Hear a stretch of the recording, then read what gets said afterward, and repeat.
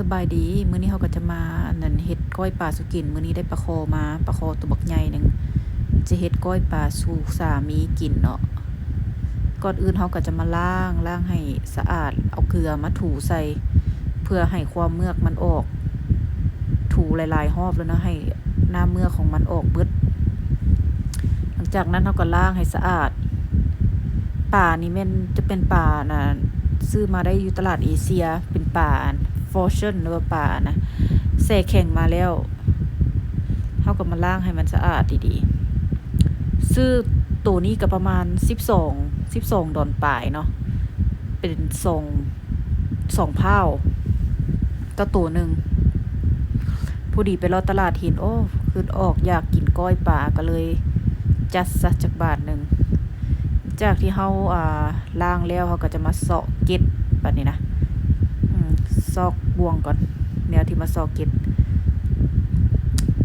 ดปลาคอตัวนี้มันก็จะแข็งหน่อยนึง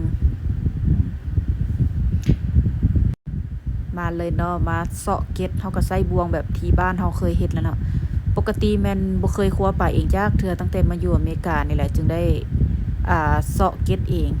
คั่วเองเนาะทุกอย่างมันเฮ็ดเองหมดคันแม่นอยู่บ้านเฮาแล้วแม่นก็เฮาไปซื้อปลานี่ก็เจ้าเสาะให้พร้อมเก็ดป่านี่ก็แข็งฟงไปเบิดบ้านเนี่ยจากนั้นเราก็ขูดนี่แหละค่อยๆขูดจนห้อนหัวนาทีนึงมาต่อมาแล้วก็มานาทีนึงเล่ป่าเนาะเขาจะเล่แต่หางไปหานะหัวค่อยๆนะเพราะว่าจังไหนมันสิถือก้างมันค่อยๆลืบไปตามมันนั้นล้วงของมันเลยแล้วก็ระวังด้วยตัวนี้ย่านมีดบาดมือค่อยๆล้างบักหลายๆน้ำเพื่อบ่ให้มีความขาวหลังจากที่เฮาคั่วแล้วเฮาก็ล้างให้สะอาดจุดบ่ให้มีเลือดมีหยังติดอยู่นะเพราะว่าเลือดจะเฮ็ดให้ปลานี่ขาวสะอ่อนใส่มันจะมีใส่ปลาโคนะเครื่องในมันบ่ต้องถิ่มเด้อเพราะว่าใส่ปลาโคนี่กินได้แล้วก็แซ่บอีกเป็นของมักค่อยเลยหลังจากนั้นก็ลืบเป็น2เปียงแล้วตอนกระดูกตอนก้างมันเขาจะมาเฮ็ดแกงแล้วก็หัวมันจะเฮ็ดแกงคอยซอยไปค่อยๆลืบไป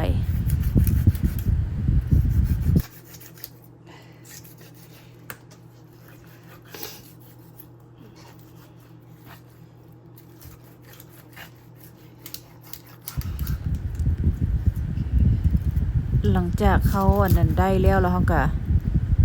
แยกเอาไปล้างอีกเทื่อนึงเนาะเพื่อบ่ให้มันมีกลิ่นคาวนี่เรียบร้อยที่ว่าเขาจะแยกออกเป็น2ส่วนเห็นป่ะจากนั้นเขาก็มาหั่นตอนป่าเพื่อไว้เฮ็ดก้อยแต่สำคัญเวลาซอยจะซอยมุนหลายเนาะเวลาเขาไปลวกแล้วมันสิมุนโพดเขาเฮ็ดเป็นตอนพอดีคำพอดีซอยพอดีงามพอดีให้มันเหมาะสม30 วิโ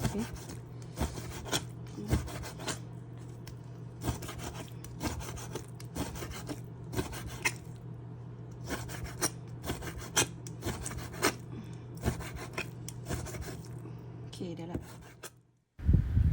ต่อไปเขาก็จะเป็นแยกเป็น2ส่วนระหว่างตอน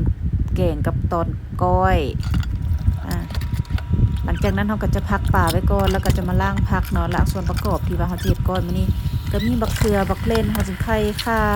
ใบขี้โหดผักหอมเปรย์ผักมะกอกบักเล่นน้อยมักมะละขี้นกมีทุกอย่างเลยเนาะแล้วก็ข่าอ่อนหัวสิงไข่อย่างล้างบักพอกบักเพชรให้ครบเสร็จล้างให้สะอาดทุกอย่างก่อนมาคลุกเนาะแล้วก็มีหอมป้อมหอมบัวเพื่อมาใส่ก้อย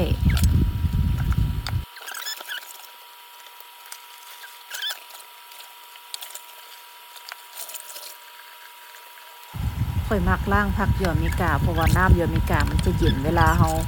าล้างผักแล้วเฮ็ดให้ผักเขาคือสดใหม่มันคืนซีดขึ้นมาสดอีกเทื่อนึงแล้วก็มากอันนี้ค่อยกับจื้อซื้อมันละจะเป็นมากอย่างแดงๆเนี่ยเวลากินกับก้อยปลาก็แซ่บมันจะกรอบดี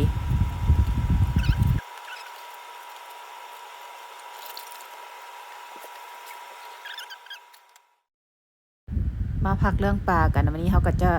มานึ่งข้าวเนาะเพราะว่ามาข้าวไว้บ่ดนเพราะว่าเขาจะมาเซนน้ำร้อนเนาะแบบเร่งรัดมาเข้าเซนน้ำร้อนประมาณชั่วโมง2ชั่วโมงก็ได้ละแล้วเขาก็เป็นนึ่งแล้วจะมาล้างน้ำอีกทีนึงเพื่อให้ข้าวเฮามันอ่อนดีเนาะแล้วก็ถ้าข้าวสุกหลังจากนั้นก็มาเห็นบ่ผักส่วนประกอบผักต่างๆของข่อยมันจะมีครบไปเลยเนาะอยู่อเมริกาแล้วมีไข่มดพร้อมเขาจะแกงปลาสิไข่มดนำเนาะตอนนี้ก็มาหั่นผักถ่าเนาะในขณะที่ต้มแกง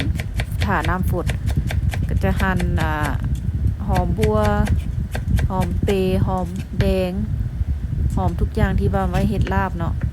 หอมลาบบักเผ็ดดิบใส่แต่ว่าเวลาข่อยเฮ็ดก้อยข่อยจะมักใส่ทั้งบักเผ็ดดิบถ้าบักเผ็ดป่นเนาะเพื่อมันหอม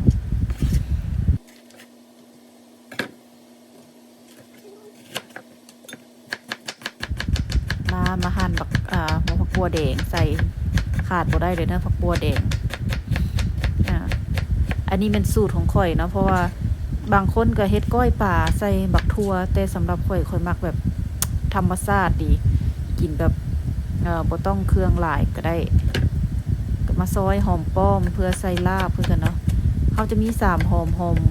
บัวหอมป้อมหอมเป๋หอมลาบเขาจะใส่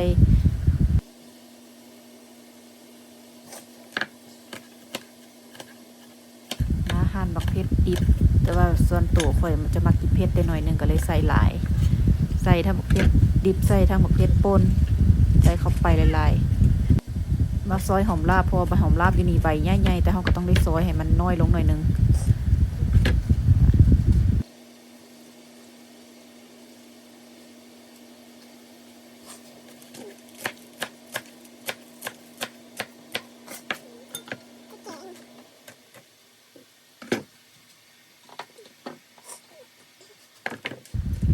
วันนี้ก็มาเกี่ยมเครื่องแกงเนาะมีหัวสิงไข่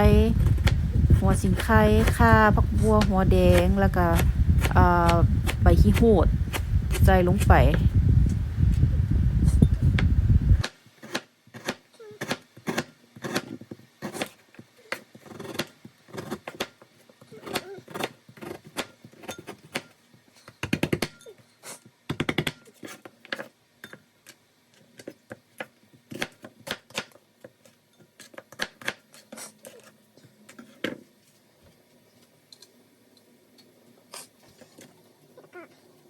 ก็จะใส่กอกลงไปนำเนาะมาเริ่มเลยตอนนี้แมนเฮ็ดแกงใส่เครื่องที่ว่าส่วนประกอบที่เฮาซอยไว้แล้วลงหม้อหลังจากที่น้ำใกล้ฝนแล้วก็ลงหม้อขั้นตอนการต้มนี่เฮาต้มเครื่องก่อนเนาะปลาใส่น้ำหลังเพราะว่าเวลาถ้าว่าเฮาใส่ปลาลงไปเลยมันจะเฮ็ดให้1ข้าว2มาปลาจะเปื่อยจะสุกก่อนเพราะว่าปลาเวลาเฮาต้มแกงมื้อเดียวมันก็สุกแล้วเขาก็จะมาปรุงน้ำปลาเป็นนัวคะนอหน่อยนึงแล้วก็ผงบักขามแล้วก็บักเพชรบักเลนเขาจะใส่เห็ดเฟืองลงไปนำเนาะเห็ดเฟืองกระป๋องเด้ออยู่นี่มันบ่มีเห็ดเฟืองสดก็ต้องได้ใส่เห็ดเฟืองกระป๋องหลังจากที่ว่าเขาต้มปรุงเรียบร้อยแล้วเขาก็ปลาลงแต่ว่าแกงอันนี้ก็ต้องแม่นว่าส้มรสชาติจะออกส้มหน่อยนึงเนาะส้มเผ็ดๆมันจึงแซ่บถ้าว่าบ่มีความเผ็ดเลยนี่มันจะเฮ็ดให้แกงป่าเฮานี่ขาวขาดออกเผ็ดบ่ได้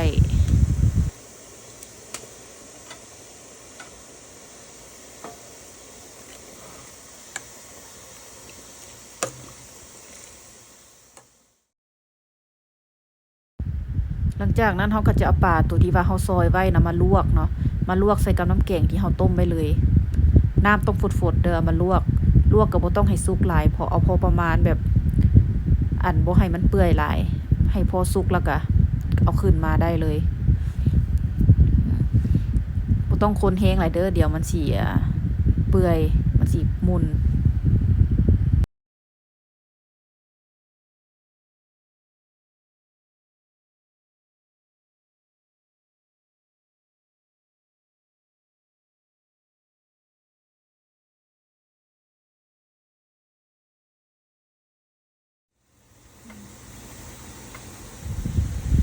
จากนั้นก็เอาไข่มดใส่เนาะไข่มดแดง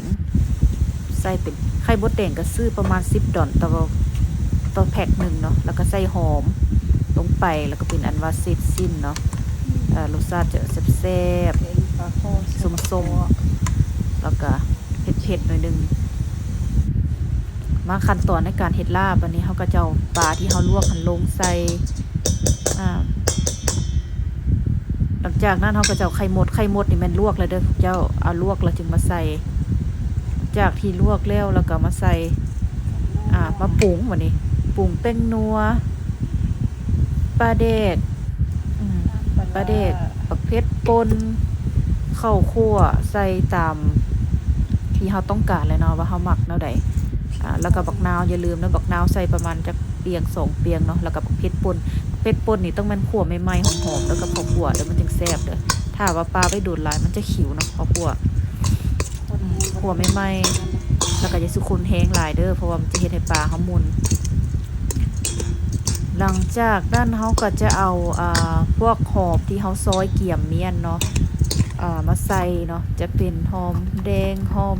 มากเพชรหอมบัวใบหอมป้อมหอมลาบใส่แล้วก็คนแล้วก็ซีมเบิงเนาะแล้วก็เป็นว่ามักแบบใดมักส้มมักเผ็ดก็จัดตามใจแล้วเนาะว่ามักแบบใดเนาะการเฮ็ดอาหารนี่บ่มีตายตัวเนาะเฮามักแบบใดเฮาก็จัดแบบนั้นโลดนี่ตักแกงมาให้เบิ่งเด้อมาแล้วสภาพแกงที่เฮาเฮ็ดเนาะโคตรเป็นแต่แซ่บสดร้อนๆเผ็ดๆเปรี้ยวๆแต่ว่าข่อยเองจะแม่นใส่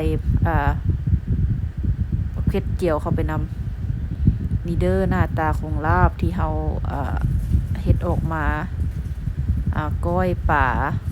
ลาวก็เอิ้นลาบป่าก็ได้เนาะนี่ตอนนี้มันสามีกำลังกินแซ่บเพิ่นว่าถึกใจแฮง